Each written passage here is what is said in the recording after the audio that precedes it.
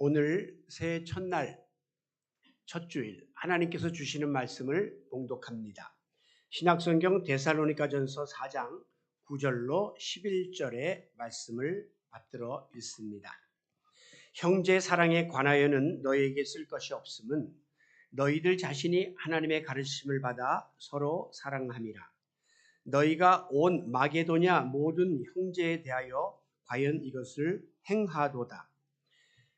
형제들아 권하노니 더욱 그렇게 행하고 또 너희에게 명령한 것 같이 조용히 자기 일을 하고 너희 손으로 일하기를 힘쓰라.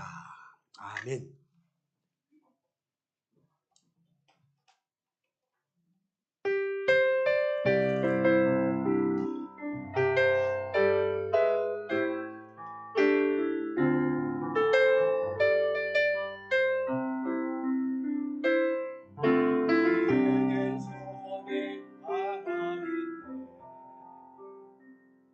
주님 다시 오실 그날까지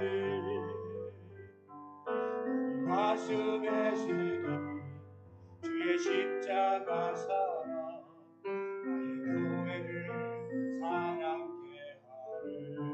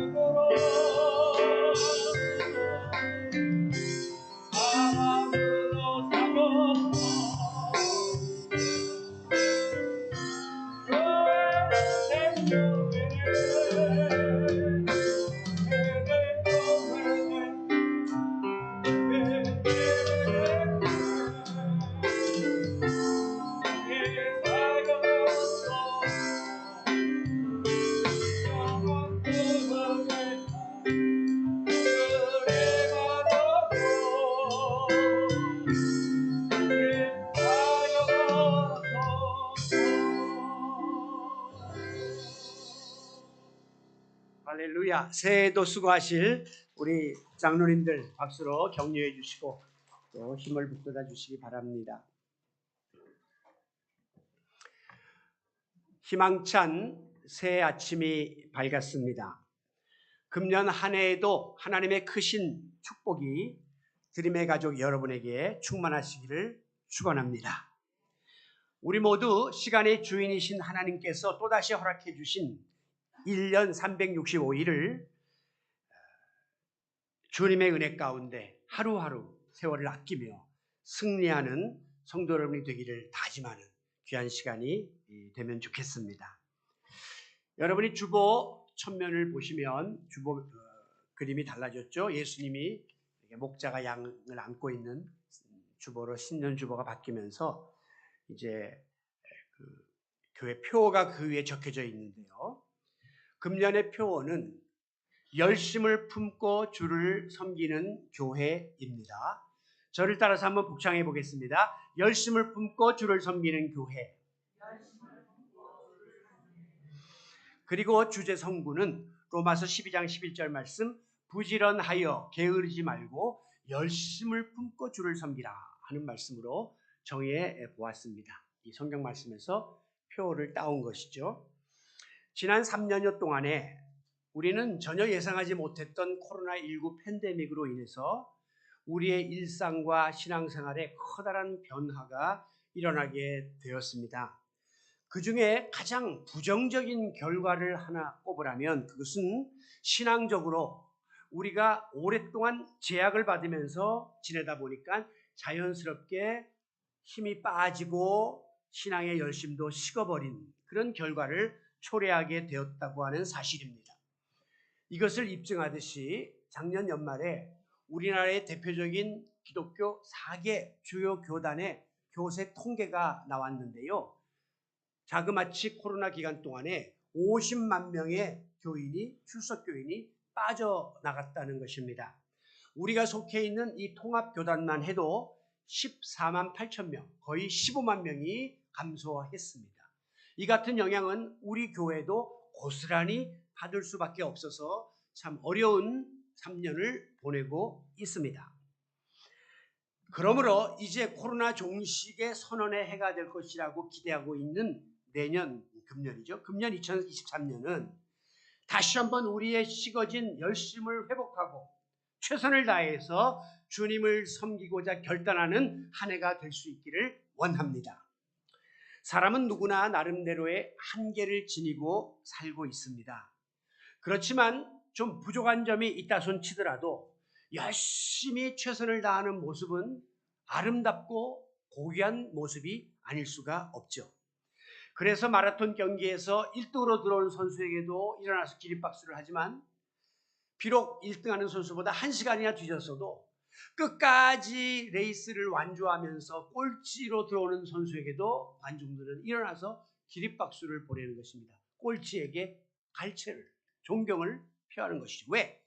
열심히 자기의 능력 안에서 최선을 다했기 때문에 1등으로 들어온 사람이나 꼴찌로 들어온 사람이나 둘 다 동일한 칭찬을 받게 되는 것입니다. 금년은 기묘년, 토끼의 해입니다. 토끼 하면 떠오르는 이솝의 우화가 있죠. 토끼와 거북이의 경주이죠. 결국 이 경주의 승자가 누굽니까? 누가 봐도 토끼여야죠. 토끼는 빠른 걸음으로 토끼니까. 토끼가 이겨야 되는데 반대로 거북이가 이겼단 말이죠. 무슨 뜻입니까? 속도는 빨랐지만 중간에 나태하게 방심하고 낮잠을 잤던 게을렀던 토끼는 느렸지만 최선을 다해서 엉금엉금 기어갔던 거북이에게 패했다는 것입니다. 우리는 이와 같은 의외의 결과를 통해서 반면교사로 삼아야 합니다. 무슨 일인지 열심히 해야 되겠구나. 최선을 다해야 승자가 될 수 있구나. 흔히 사람들이 교인들이 목사를 평가할 때 여러 가지 수식어를 붙입니다. 설교 잘하는 목사, 유능한 목사, 실력 있는 목사, 신령한 목사, 겸손한 목사, 권위 있는 목사, 멋쟁이 목사님 여러 가지로 부를 수가 있는데 저는 지난 36년 동안 목회를 해오면서 가장 듣고 싶은 평가가 있었다면 신실한 목사, 열심 있는 목사였습니다. 물론 여러분이 저를 지켜보았는데 과연 그 같은 평가에 부합되는지는 제가 알 수 없지만 그러나 제 나름대로는 최선을 다해서 열심히 내게 맡겨진 사명을 감당하기 위하여 달려왔습니다. 물론 성격적으로 좀 제가 유해서 막 닥달을 하거나 막 드러내는 그런 표를 내는 목회를 하지는 않았지만 속으로는 매사에 빈틈없이 살피면서 이번 주일도 여러 가지 행사를 기획하고 준비하면서 하나도 빠짐이 없이 모든 일이 잘 진행되도록 정말 여러분이 생각하는 그 이상으로 손이 많이 가고 눈이 많이 가는 목회입니다. 그것을 위해서 최선을 다해서 그 어떤 목사님보다도 부끄러움이 없이 달려왔다고 제가 고백할 수가 있습니다. 물론 지나온 세월들을 돌아보면 기대에 못 미쳤던 일들이 많이 생각나서 참 아쉽기는 합니다만은 이제 저에게 주어진 남은 3년간의 목회 사역을 하나님의 부르심 앞에 부끄러움이 없도록 성도님들의 이 사랑에 부응해서 끝까지 열심을 품고 감당할 것을 다시 한번 다짐해 봅니다. 우리 모두 열심을 품고 주를 섬기고 교회를 섬겨야 될 이유가 있습니다. 먼저는 우리가 모신 아버지 하나님이 열심 있는 하나님이시기 때문입니다. 시편 121편에 보면 우리 하나님은 졸지도 않고 주무시도 않고 밤낮 없이 열심히 일하고 계신다라고 표현합니다.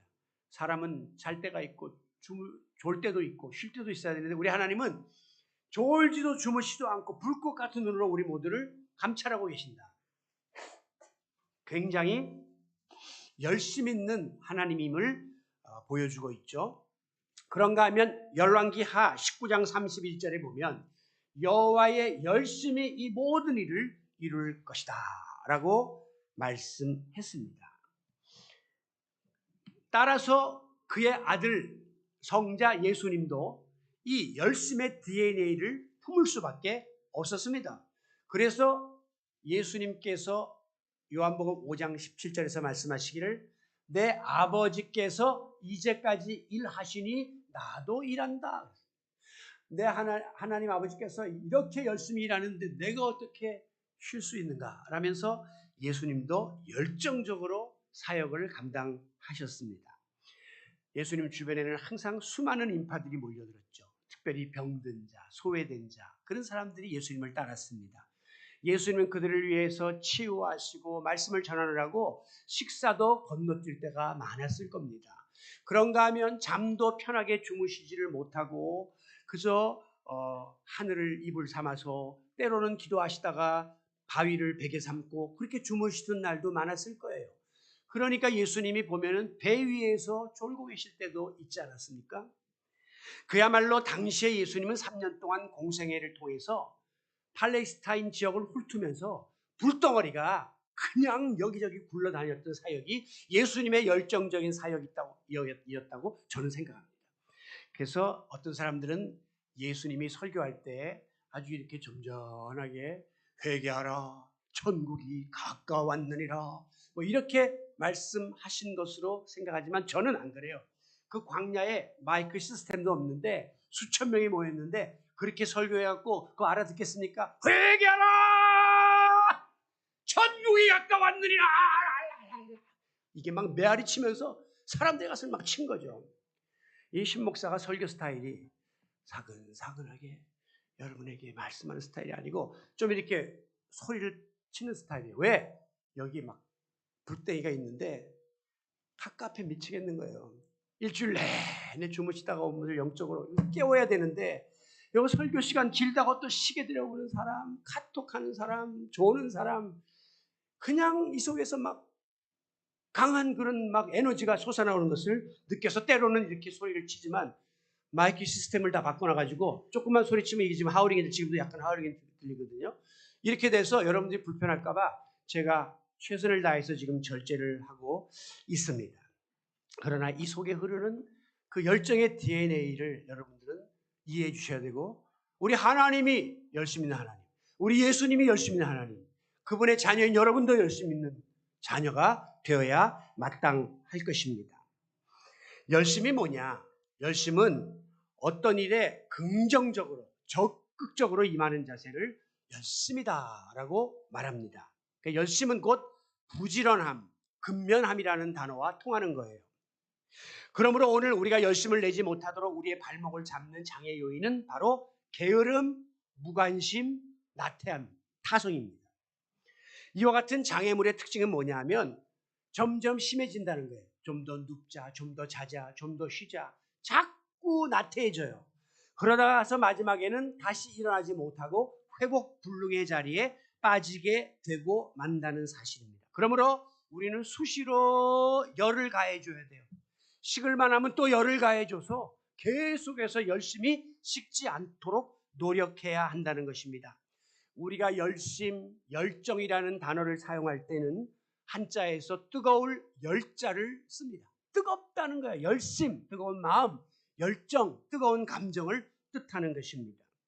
우리가 어떤 일에 전심전력하려면 이 마음 중심에 뜨거운 불이 붙어야 돼요. 사랑에 빠지려고 해도 여기에 지금 사랑에 불이 안 붙는데 어떻게 사랑을 합니까? 아무리 부모님이 금년에 시집장가 가라 그래도 불이 안 붙는데요. 안 돼요. 무슨 일을 하려면 여기서 불이 붙어야 된다는 겁니다. 불이 붙어야 에너지가 발산되고 에너지가 힘을 만들고 힘이 어떤 일을 하게끔 만드는 것입니다. 그런데 이 열의 특징이 뭐냐면 슬슬 가열을 하면 뜨거워져서 마지막에 비등점에 도달해서 펄펄 끓어요. 그런데 꼭 시간이 가면 이게 다시 식어내린다는 거예요. 이게 열의 약점입니다. 그래서 우리가 신앙적으로도 하나님께 은혜 받고 구원의 기쁨 속에 뜨거웠던 날이 있었고, 교회를 개척하고 막 열렬했던 날이 있었고, 직분을 받고 막 사명에 불타는 날이 있었는데, 어느 순간부터 또 싹 시들어져 가지고 이렇게 연약한 자리에 놓일 때가 많은 거예요. 그래서 수시로 불을 지펴야 되는 것입니다. 식지 않도록 계속 믿음의 비등점을 유지할 수 있는 금년 한 해가 되시기를 바랍니다. 오늘 본문은 사도 바울이 데살로니가 교회와 성도들에게 현재 여러분에게 주어진 상황과 주어진 맡겨진 일에 대해서 열심을 품고 최선을 다하라 라고 권면하는 말씀이 기록되어 있습니다. 자, 앞에 나오는 4장 1절 하반절에 보면 더욱 많이 힘써라 하는 말씀이 나오고요. 오늘 본문 11절 하반절에 보면 이게 왜 벌써 나왔어요? 일하기를 힘쓰라 하는 말이 있습니다. 힘쓰라, 모여라, 힘쓰라 하는 말이 계속해서 나오고 있다는 거예요. 자, 그렇다면 우리가 금년에 특히 어떤 면에 있어서 더욱더 열심을 품고 힘써야 할 것인가? 저는 신년 벽두에 다음 세 가지의 비전을 여러분에게 제시하려고 합니다. 먼저 모이고 배우는 일에 열심을 품어야 하겠습니다. 히브리서 10장 25절에 보면 모이기를 패하는 사람들의 습관과 같이 하지 말고, 그러니까 자꾸 안 모이다 보면 습관이 되어서 마지막에는 다 잊어버린다는 거예요. 이렇게 되지 말아라 라고 하면서 그 뒤에 오직 권하여 그날이 가까움을 볼수록 더욱 그리하자 그랬어요. 그날은 뭐냐면 종말의 때가 다가올수록 더욱 모여야 한다는 것입니다. 바로 이 말씀은 종말에 처한 성도들에게 모이기를 힘쓰라고 권면하는 바울의 명령입니다. 여러분, 말세에 여러 가지 징조가 나타난다고 했는데 그 중에 하나가 사람들이 게을러지고 그 다음에 모이지를 않는다는 겁니다. 우리가 지금 교회에서도 그 같은 현상을 피부로 느끼고 있지 않습니까? 우리가 불과 10수년, 20년 전만 해도 주일날 아침에 1부 예배, 2부 예배, 3부 예배, 또 점심 먹고 원예회, 그 다음에 저녁 먹고 또 저녁 집회까지 다 했죠. 새벽에는 새벽 기도회, 수요일날은 수요 기도회, 금요일은 제 구역 모임, 밤에는 철야 기도회, 모임이 완전히 교회 중심이었습니다. 그런데 어느 날부터 슬슬 모임이 패하기 시작하더니 주일날도 그냥 아침에 한번 예배 드리면 오후에는 그냥 사라지고, 수요일날도 그냥 사라지고, 금요 집회도 사라지고, 새벽 기도도 집에서 드리고, 교회 횡하니 져놓고 교회 모일 사람이 없어서 교회가 비효율적으로 운영되는 이런 일들이 지금 한국교회의 현주소입니다. 이게 종말의 특징이에요. 그런데 코로나가 기름을 부었어요. 목사님이 좀 앉아 계세요. 코로나가 기름을 부어서 이게 더 난리가 난 겁니다. 그래서 이 모이는 일이 이제 안 모여도 된다. 합법적으로 나라에서도 교회에서도 여러분 그냥 집에서 계세요. 이렇게 우리가 이야기하면서 이제는 모이기를 패하는 일이 습관화되어서 모두가 다 그냥 안락하게 자기중심적으로 신앙생활하는 그런 자리에 나가게 된 것이죠. 여러분, 무엇이든지 모여야지 힘이 생기고 모여야지 역사가 일어나는 법입니다. 오순절날 마가의 다락방에서도 120문도가 모인 곳에 성령이 임재했습니다. 왜냐? 예수님이 승천하시기 직전에 사도행전 1장 4절에 보면 예루살렘을 떠나지 말고 모여서 아버지께서 약속하신 것을 기다리라 했거든요. 그렇기 때문에 그들은 마가의 다락방에 모여서 저녁 기도에 힘쓰던 중에 성령 강림의 사건을 경험하게 된 것입니다. 그렇습니다. 숯이 각각 다 흩어져 있으면 절대 열을 발하지 못하고 금세 꺼지고 맙니다. 그러므로 아무리 규모가 작은 교회라 할지라도 자꾸 모이기를 힘쓰고 뭉쳐야만 맡겨진 사명을 감당할 수가 있는 것이에요. 큰 교회는요, 좀 안 모여도 기본 베이스가 있기 때문에 티도 안 나고 여전히 자기들이 하던 일을 할 수 있습니다. 그러나 작은 교회들은 있는 사람마저 안 모이면 불씨가 완전히 꺼져버린다는 거예요.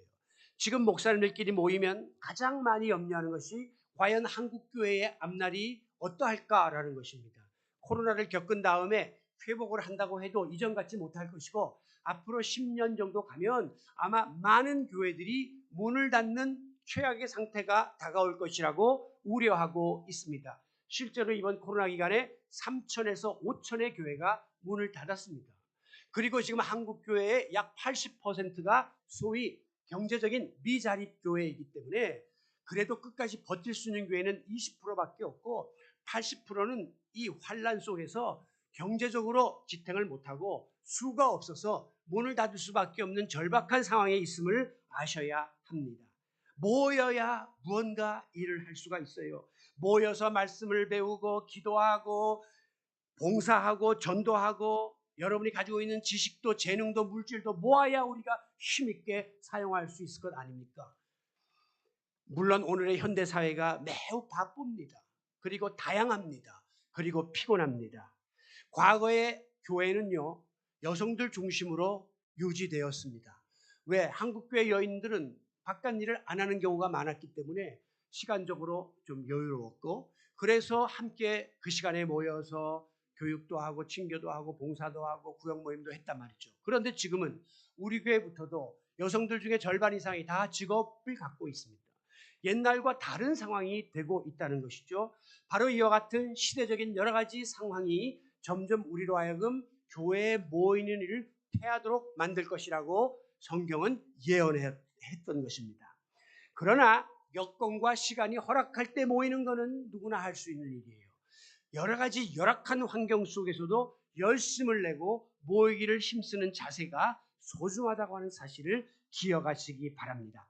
오늘 본문 9절 중반에 보면 너희들 자신이 하나님의 가르침을 받아 라고 했죠. 우리가 교회에 와서 무엇을 하느냐? 신앙 교육을 받는 거예요. 영적 훈련을 받아야 된다고 하는 것이죠. 예수님께서 공생애를 시작하면서 제일 먼저 하신 일이 뭐냐? 12명의 제자를 택해가지고 그들을 3년 동안 함께 데리고 다니면서 하나님 말씀을 가르치고 하나님 나라에 대해서 알려주면서 철저하게 훈련을 시키는 일이 예수님이 제일 먼저 하신 일이었습니다. 그렇기 때문에 복음서에 보면 교인이라는 말 없어요. 성도라는 말도 안 나와요. 신자라는 말도 없어요. 그건 지금 우리가 하는 말이고 다 제자라는 말이에요. 제자. 제자는요, 스승에게 지식만 배우는 것은 제자라고 말하지 않습니다. 지금은 선생님한테 학문만 배우는 것을 제자라고 하지만, 학생이라고 하지만, 제자와 스승의 관계는 선생님의 모든 것을 다 빨아들이는 거예요. 심지어 선생님의 그 인생관까지도, 그분의 삶까지도 다 따라가는 삶이 제자의 삶입니다. 그러니까 오늘 우리가 예수님의 제자로 살아간다라고 할 때 그냥 성경 말씀만 듣고 그냥 배우고 그만두는 것이 아니라 늘 주님과 동행하고 주님 안에 내가 들어가고 주님이 우리 안에 들어오고 주님의 발자취를 본받고 그 발자취를 그대로 따라가는 삶이 바로 제자의 삶이라는 사실을 기억하시기 바랍니다. 훈련이 없이는 이 일이 불가능해요. 그냥 나와서 몸만 예배 한번 드리고 가서는 우리가 주님의 신실한 제자는 될 수가 없어요. 교인은 될 수 있죠. 교회 나왔다 갔다 하니까. 신자는 될 수 있죠. 예수 믿으니까. 그러나 제자가 되어야 한다는 것입니다. 디모데전서 4장 7절에 보면 오직 경건에 이르기를 연습하라 라는 말씀이 나와요. 여기 연습이라는 말씀의 헬라어는 굼나조라고 하는데 이것은 나중에 체육이라고 하는 단어인 영어의 짐네스틱이라고 하는 말의 어원이 됩니다. 즉 우리가 경건한 삶을 살고자 할 때도 경건에 이르기를 연습하고 훈련해야 된다는 거예요. 그냥 하루아침에 기도원 갔다 왔다고 경건해지는 게 아니라는 것입니다. 경건이 하늘에서 떨어지는 것이 아니라 끊임없이 갈등하면서 고뇌하면서 노력하면서 열심을 붓고 연습해야지 훈련의 결과로 경건의 결정체가 주어진다는 사실을 기억하시기 바랍니다. 운동선수 중에 하루아침에 저렇게 1인자가 된 사람은 아무도 없습니다. 손흥민 선수가 세계적인 선수가 되기 위해서 그는 남들이 잘 때 밤에 일어나서 볼을 1000번씩 찬 거예요. 남들이 먹을 때 놀 때 안 놀고 안 먹으면서 자기 관리를 했기 때문에 훈련의 결과인 것입니다.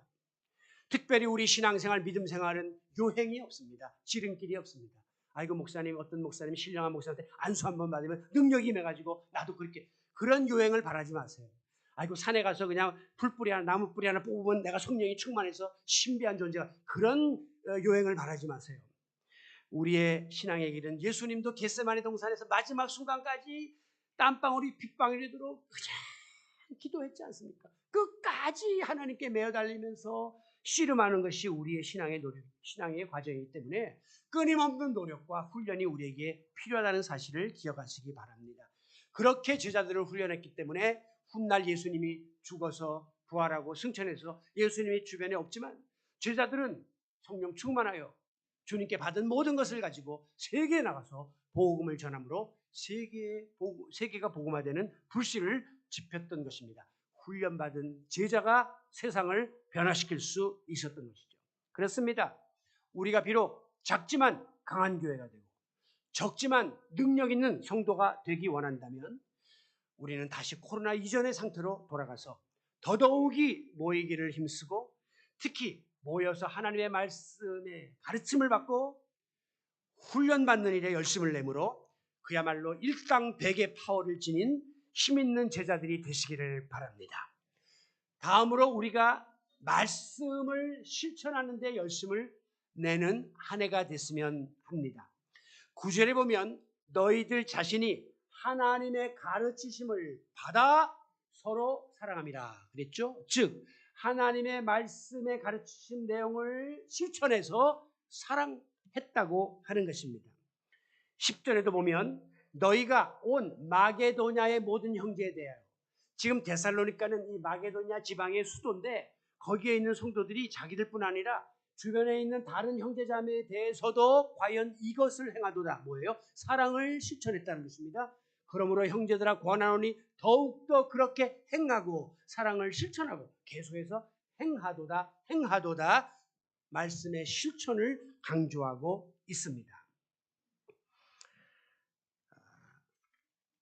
어제 송구영신 예배 때도 제가 말씀을 드렸습니다마는 지금 우리 한국교회와 성도들이 사회적으로 비난을 받고 지탄을 받는 가장 큰 문제점 중에 하나는 예수 믿는 사람들이 신앙과 삶이 안 맞는다는 거예요. 말과 행동이 틀리다는 거예요. 즉 신행의 불일치 때문에 비난을 받지 않나 생각을 합니다. 이 약점은 지금 여러분 스스로도 잘 알고 있죠. 저도 목회자로서 고민하는 부분입니다. 왜 이렇게 수없이 말씀을 전하고 17년이나 함께하고 알 만큼 알고 배울 만큼 배웠고 또 직분도 맡아서 일하는데 여전히 말과 행동이 불일치해서 때로는 다툼이 일어나고 분열이 일어나고 아픔이 있는가 말이죠. 고민이에요. 언제까지 기다려야 하는가 하는 것입니다. 우리는 이 신앙적 이중성, 이 위선으로 인해서 다 고민하고 있습니다.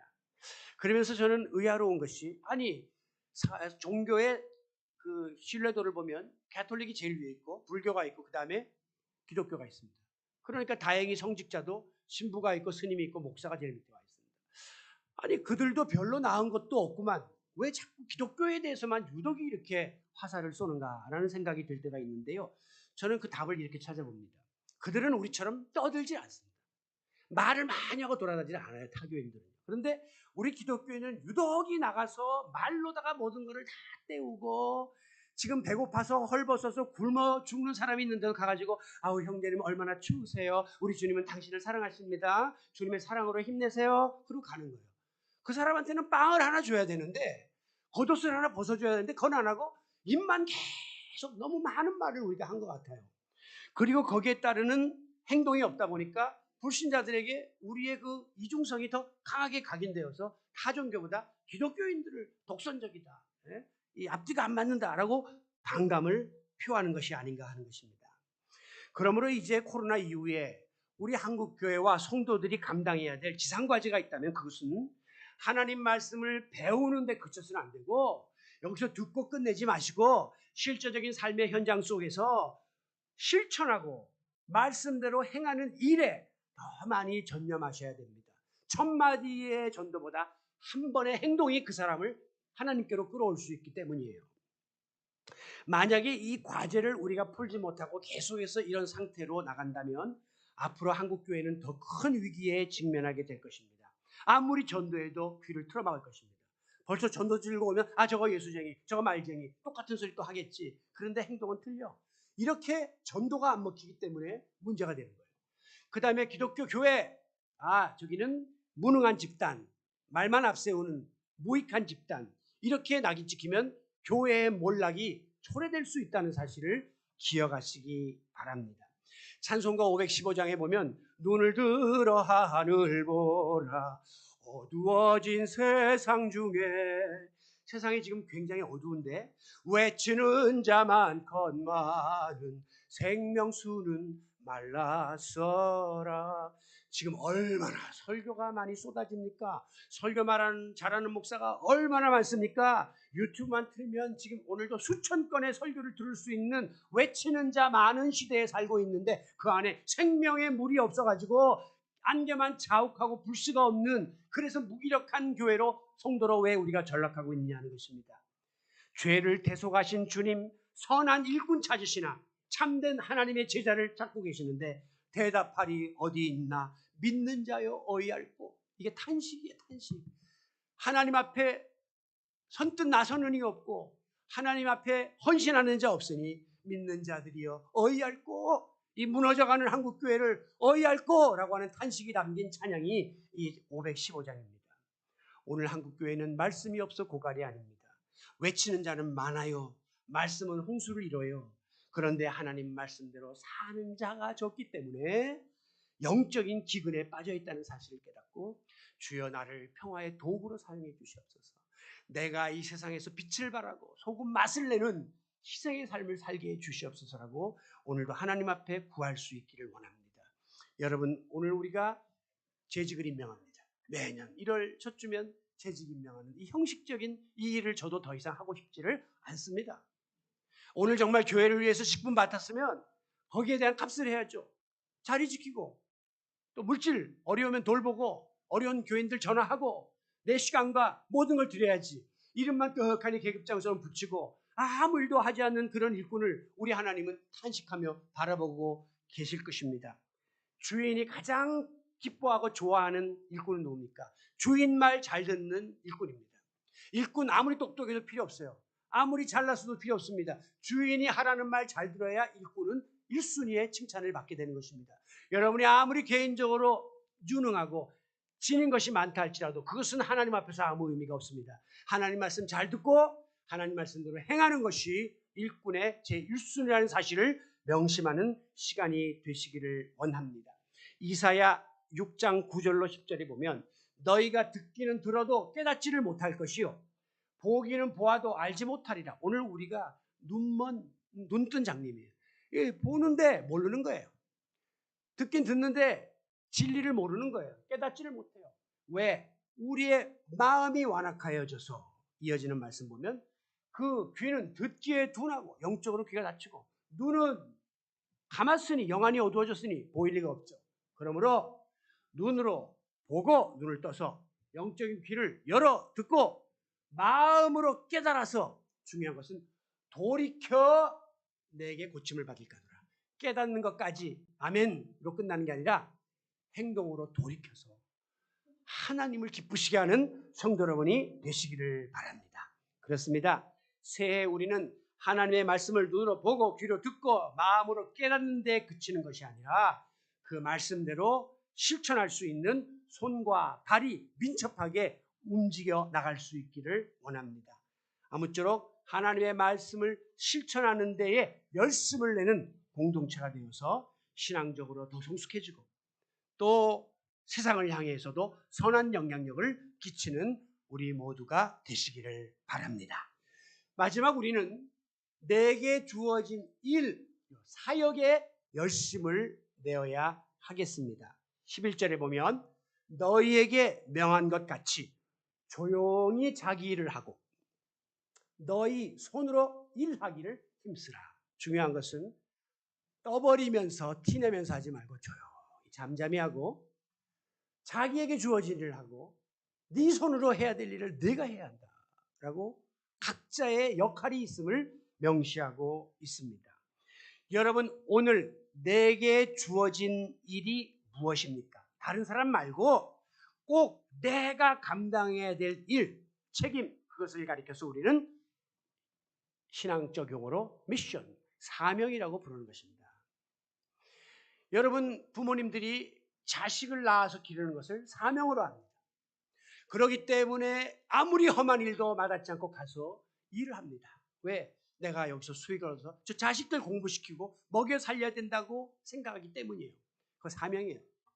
그러나 지나가는 사람이나 어려운 사람, 불쌍한 사람 돕겠다고 그렇게까지 하는 사람은 없습니다. 그것은 사명이라고 여기지를 않기 때문입니다.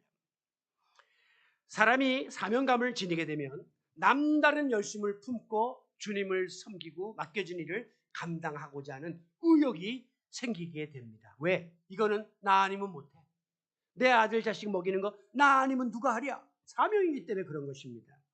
제가 담임 목사로서 부목사 시절과 이렇게 비교해 보면 제가 부교육자를 했을 때는 난 여기 있다가 때 되면 내 길 가야 돼 라고 하는 생각이 있어서 어느 선 이상을 넘을 수 없는 한계가 있더라고요. 그런데 담임 목사가 되니까 물불을 안 가리고 헌신적으로 뛰는 거예요. 왜? 이건 내가 책임져야 할 공동체다. 나 아니면 누가 하랴 라고 하는 불붙는 사명감이 불타오르기 때문입니다. 그런데 우리가 일반적으로 열심을 잃어버릴 때가 있는데 열심을 잃어버리고 자꾸 게을러지는 요인을 다음 세 가지로 이야기하고 있습니다. 첫째는 내가 할 수 있는 일인데 안 하는 거예요. 해야 될 일을 안 하는 것. 두 번째, 지금 해야 될 일인데 자꾸 뒤로 미루는 것. 그것도 결국은 안 하는 겁니다. 세 번째, 내가 해야 할 일을 자꾸 다른 사람한테 떠넘기는 것. 이게 게으른 사람의 세 가지 특징이라고 합니다. 미국 시카고 대학의 휙센스 비아이 교수는 사람이 가장 불행할 때가 언제냐? 그것은 특별히 할 일이 없을 때다라고 이야기합니다. 여러분 눈 딱 떴는데 오늘 뭐 하지? 생각해보니까 할 일이 없어요. 하루 종일 빈둥빈둥 공상이나 하고 침상주에서 뒹굴고 텔레비전 리모컨만 갖고 지내는 일을 하루 이틀이지 만약에 5년 10년 한다고 해보세요. 그것처럼 불행한 일이 없는 겁니다. 반면에 행복의 비결은 뭐냐? 확고한 목표를 가지고 일하라. 일할 때 행복하다는 거예요. 두 번째, 열심으로 일하라. 일할 때 행복하다는 거예요. 세 번째, 즐겁게 일하라. 결국은 일할 때 행복하다고 합니다. 이 같은 사실은요, WHO 세계보건기구에서도 의학적으로 입증해 놓았습니다. 사람이 일 안 하고 놀기만 하면 체력이 소진된다는 거예요. 그런데 일을 하면 그 일을 할 수 있는 에너지가 생기면서 병균에 대한 저항력이 상승한다고 세계보건기구에서까지 보고하고 있습니다. 우리의 정신세계도 마찬가지입니다. 육체도 당연히 끊임없이 일하고 움직여야만 육체가 발전하는 것처럼 정신세계도 이제 내가 나이 먹은 텐데 무슨 일 하랴. 그리고 다 덮어두면 금방 치매가 오고 말아요. 그러나 계속해서 책을 보고 어학 공부를 하고 가서 우쿨렐레 배우고 컴퓨터 배우고 이러면 정신세계는 나이와 상관없이 계속해서 확장되어 나간다는 것입니다. 영적으로도 마찬가지입니다. 끊임없이 성경 읽고 말씀 공부하며 지속적으로 기도 생활하고 찬양 많이 부르고 봉사하고 전도하고 하면 영적으로 업되어서 뜨거운 영적인 비등점을 유지할 수 있어요. 그런데 자꾸 나태해지고 모이지 않고 기도 안 하고 말씀 안 보고 하면 어느 순간에 나는 영적인 신앙 영양실조에 걸려서 저 밑에 나자빠 있는 나의 모습을 발견하게 될 것입니다. 그렇습니다. 육신의 건강이나 정신적인 풍요로움이나 영적인 충만도 공히 본인 스스로가 관리하고 부단히 활동하고 노력할 때 주어지는 대가다라는 사실을 잊지 마시기를 바랍니다. 예수님은 일하기 싫으면 먹지도 말라. 극단적인 말씀을 했어요. 다시 말해서 궁극적으로 오늘 우리가 살고 있는 목적은 내게 맡겨진 일을 하기 위해서 우리가 지금 생존하는 거예요. 일하려고 공부하고 일하려고 먹는 거예요. 그렇기 때문에 일 안 하면 그 사람은 사람 구실을 못하게 되는 것입니다. 그런데 문제는 시편 39편 6절 말씀처럼 우리 각 사람이 그림자같이 다니고 우리 인생사가 그림자 같은 삶이라는 거예요. 헛된 일로 소란하고 헛된 것에 막 빠져 있고요. 재물을 쌓으나 누가 거둘는지 알지 못함이라 하신 이 말씀이 우리에게 경종을 울리고 있다는 것입니다. 열심히 일하는 건 좋은데 엉뚱한 데 가서 힘쏟고 필요 없는 필요 이상의 것을 투자하면서 재물에 몰두하고 이런 일들이 그림자같이 사라지는 날이 온다는 것을 경고하고 있어요. 예수님도 어리석은 부자의 비유를 통해서 어떤 사람이 농사를 많이 지어서 곳간을 가득 채우고 스스로에게 말하기를 내 영혼아 이제는 모든 것이 충만하니까 먹고 마시고 즐기자 그렇게 외쳤죠. 그때 예수님께서 말씀하시기를 이 어리석은 자여 오늘 밤 내 영혼을 거두어가면 이 모든 쌓아놓은 것이 누구 것이 되겠느냐라고 묻습니다. 여러분 오늘 우리는 스스로 삶의 여정 속에서 항상 쉼표를 찍고 스스로에게 반문하는 시간을 가져요. 나 지금 왜 이렇게 살고 있지? 나 지금 무엇을 위해서 내가 이렇게 헌신하고 있지? 나 지금 왜 이렇게 바쁜 거야? 내가 왜 이 일에 지금 정신을 팔고 있는 거야? 계속 자신을 돌아봐야 돼요. 여러분 나이가 들면서 인생이 허무하다 하는 사실을 자꾸 느끼게 됩니다. 어저께 이제 새해를 맞으면서 아내와 함께 잠자리 들면서 그랬습니다. 이제 또 한 해가 지나가는구나. 우리의 남은 삶이 더 단축되는구나. 어릴 때는 새해가 와서 더 새로운 삶에 대한 기대가 많았는데 나이가 이제 70이 다 돼가니까 짧아지는구나. 한 해가 지나가면 또 줄어드는구나 하는 것이 더 크게 느껴지는 것입니다. 엊그제에 그 방음 터널 화재 사건이 있었습니다. 거기에 터널을 통과하던 분 중에 그 누가 그날이 자기의 막날이 될 줄 누가 알았겠냔 말이에요. 거기 보니까 60세 넘으신 어르신이 아내와 딸을 동시에 잃었는데 모처럼 모녀간에 찜질방 간다고 떠났는데 세상에 저렇게 뜨거운 곳에서 생을 마쳤다고 한탄을 하시더라고요. 아무도 운전하면서 코앞에서 그런 일이 벌어질 일을 모르면서도 오늘 우리는 아무 일이 없을 것으로 믿고 기대하고 의기양양하게 살고 있는 것을 보면 참 겁도 없이 살고 있구나 하는 것을 문득문득 느끼게 되는 것입니다. 성경은 인생을 그림자와 같다, 안개와 같다라고 말씀합니다. 그림자와 안개의 공통점은 허상입니다. 실상이 아니에요. 헛다리 짚고 헛개비 잡고 사는 것이 인생이라고 하는 것이죠. 만약에 우리가 하나님이 맡겨주신 일을 뒤로 미루거나 외면하거나 세상적인 일이나 육적인 일에 지나치게 집착하고 급급하다가 언젠가 그림자처럼 안개처럼 나의 마지막 날이 오게 되어서 내가 세상에서 사라진다면 얼마나 아쉽고 얼마나 후회가 막급하겠습니까? 그렇기 때문에 병원에서 사형 선고받고 이제 살 날이 며칠 안 남았다고 이렇게 절망에 빠진 성도들이 마지막에 항상 메어 달리는 말 중에 하나가 목사님 한 번만 더 건강한 몸으로 교회 나가서 예배드리고 싶어요. 지금 목소리가 안 나오지만 이 목소리라도 찬양 마음껏 하고 싶어요.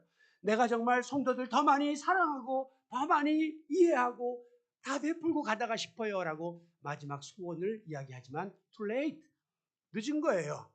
만사는 때가 있기 때문입니다.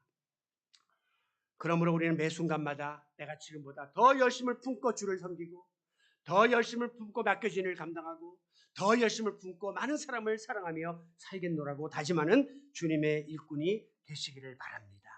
하나님께서 여러분을 이 땅에 보내실 때에는 맹목적으로 보낸 게 아니에요. 다 하나님의 뜻이 있고 섭리가 있어서 내가 해야 될 일이 있고 필요해서 여기 보내주신 거란 말씀이죠.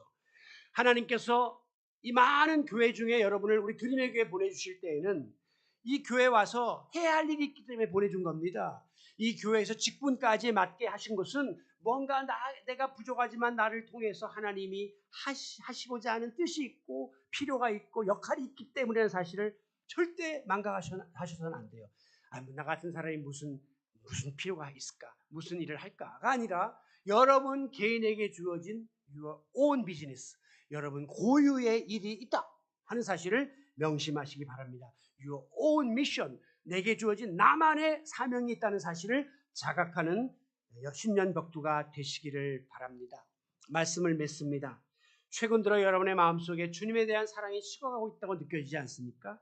신앙에 대한 열정도 사그러지고 있다고 느껴지지 않습니까? 교회 공동체에 대한 열심도 관심도 자꾸 차가워지고 있다고 생각되지 않습니까? 그러면서 자꾸 한 발짝 뒤로 물러가고 방관자가 되고 구경꾼이 되려고 하고 있지는 않습니까? 그 이유가 무엇입니까? 내 안에 지금까지 내가 추구하는 영적인 세계보다 더 다른 것들, 더 좋은 것들이 지금 내 안에 자리를 잡고 있기 시작하기 때문입니다. 사람의 마음에 용량은 이만해요. 여기에 내가 갖고 있는 것에 또 다른 것이 들어오면 이 고유의 것이 밀려나가게 되어 있는 겁니다. 고부 간의 관계는 괜히 고부 간의 관계가 아니에요. 사람의 문제가 아니에요. 관계의 문제예요. 내가 장가 갔을 때는 내 삶이 딱 요거 어머니밖에 없었어요. 장가 가고 나니까 어머니 반쪽, 와이프 반쪽 둘로 들어왔어요. 어머니가 볼 때는 이게 하나 주던 놈이 반쪽밖에 안 주네?